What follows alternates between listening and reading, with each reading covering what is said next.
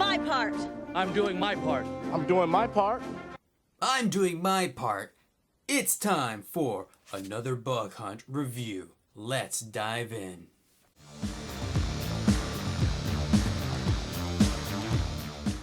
And here we have another bug hunt, written by Chapman, Gearing, Girding, and Kimball.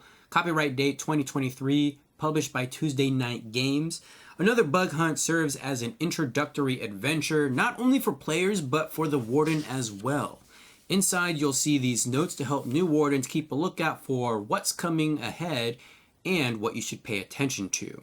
The adventure takes place on SAMHSA 6. The company detected signs of biochemistry on SAMHSA 6 and decided to send a team to investigate. That was actually 10 years ago.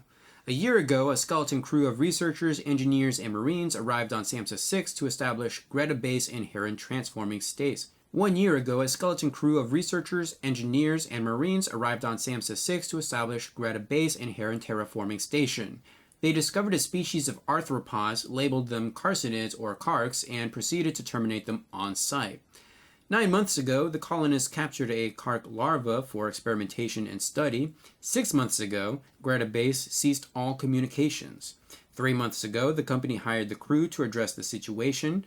6 weeks ago, the crew entered the SAMHSA system and found Greta Base unresponsive to hailing. And 1 hour ago, the crew's dropship touched down on SAMHSA 6. Torrential rain pours down like Judgment Day while the colony sits silent as a prayer. So what exactly is the horror in this game? Well, my friends, that is the carcinids. And these are bug-like creatures which assimilate other life forms using the shriek, which transmits a virus to any who hear it. Those who carry the virus turn into a host for a carcinid larva. The first stage of that is the revelation, where the victim hears intermittent whispered suggestions from the carc hive mind. Then you have the induction, and the victim suffers catatonic state for 2d10 minutes. Then there's the possession, where that person actually is controlled by the hive mind. Simulation, they're fully assimilated into the hive mind. And then there's the transformation, where a fully grown carc erupts from the victim's neck, chest, and abdomen. Kind of like Alien, but bigger than that.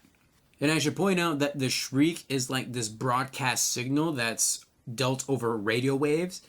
And so if the PCs actually get the radios or the communication systems up and running, then that shriek is going to be broadcast. And so if they hear that, they're going to become infected, which is very deadly. So don't do that. In scenario 1, the PCs receive the job from their employer. They are to rendezvous with 2nd Lieutenant Kaplan, the Marine commander of the colony, and assist them in repairing the situation. They are to re-establish satellite communications and get the terraformer back online. And if all else fails, they are to evacuate Dr. Idem as well as the colony's synthetic science officer, Hinton. PCs arrive at the landing zone at Greta Base. They'll come across an airlock that they'll need to get by, and it's really up to the warden to listen to their players and provide several different options to bypass the airlock, just in case something doesn't go according to plan. And this whole scenario is basically just a dungeon crawl of a sorts. The PCs go from room to discover just what exactly happened at this base, but things don't really kick off until they make it to the garage, where they encounter one of the crew for the base.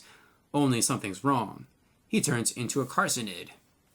Once the carcinid has been disposed of, the PCs have access to an APC, and the nav controls point towards the Heron Terraforming Station. There's also an NPC inside the APC just like hiding out there with a grenade that can help provide direction to the PCs if you need it to. The remaining survivors of the onslaught of Greta Base have barricaded themselves inside Heron Terraforming Station. To make matters worse, the entire station is under siege by roaming carcs. Tensions are high among the remaining colonists, and the group has splintered into factions with 3 competing goals: immediate evacuation, researching the carcs for a weakness, or rescuing a squad of missing Marines. So once the PCs actually make it to the hangar for the terraforming station, they're going to be approached by each of the leaders of these groups to try and enlist their aid. And so Team Leave is led by HM3 Brookman, and he wants the PCs to drive the remaining ATVs across the dam to retake the tower and call in a dropship for evacuation. He does have the only key card to the control room, and he knows that there are already a few carcinids in the vicinity, and it's only a matter of time before more show up. The study group is led by Dr. Edom, and they want their research from the lab to see if the carcinoids have an exploitable weakness. There is an elevator that will take them down to the lab, and Dr. Edom believes that if this mission is done first, others will be much, much easier. And then Hawk Squad is led by Sergeant Valdez, who was field promoted to command when the others were slain. She recently sent the remnants of Siege Squad to the reactor to manually prepare it for the oncoming storm. She wants the PCs to assault the reactor and rescue the Marines, and finish preparing the reactor before the power shuts off.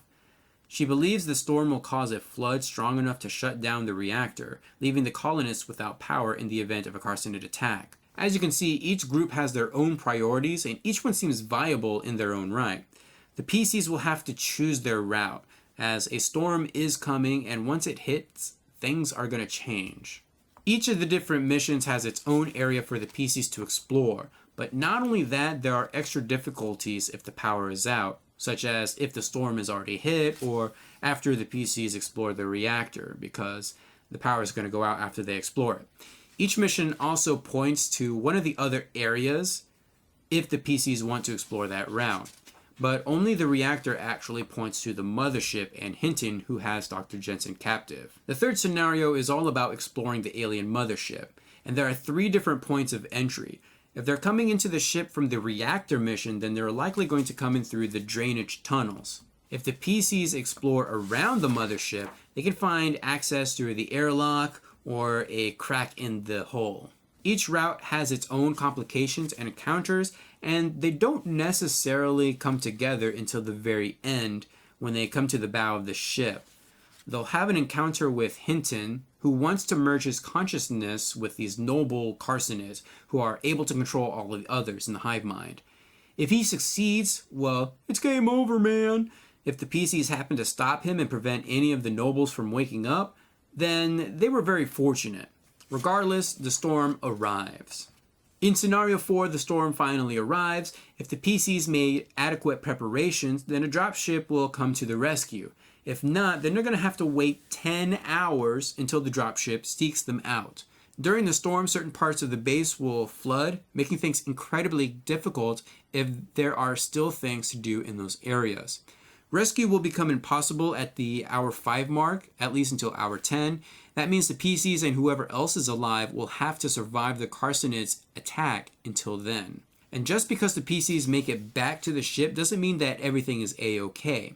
There are a few surprises at the end, such as a pilot for the dropship being infected, or the carcinoids launching a vessel of their own back to the home planet to call for aid.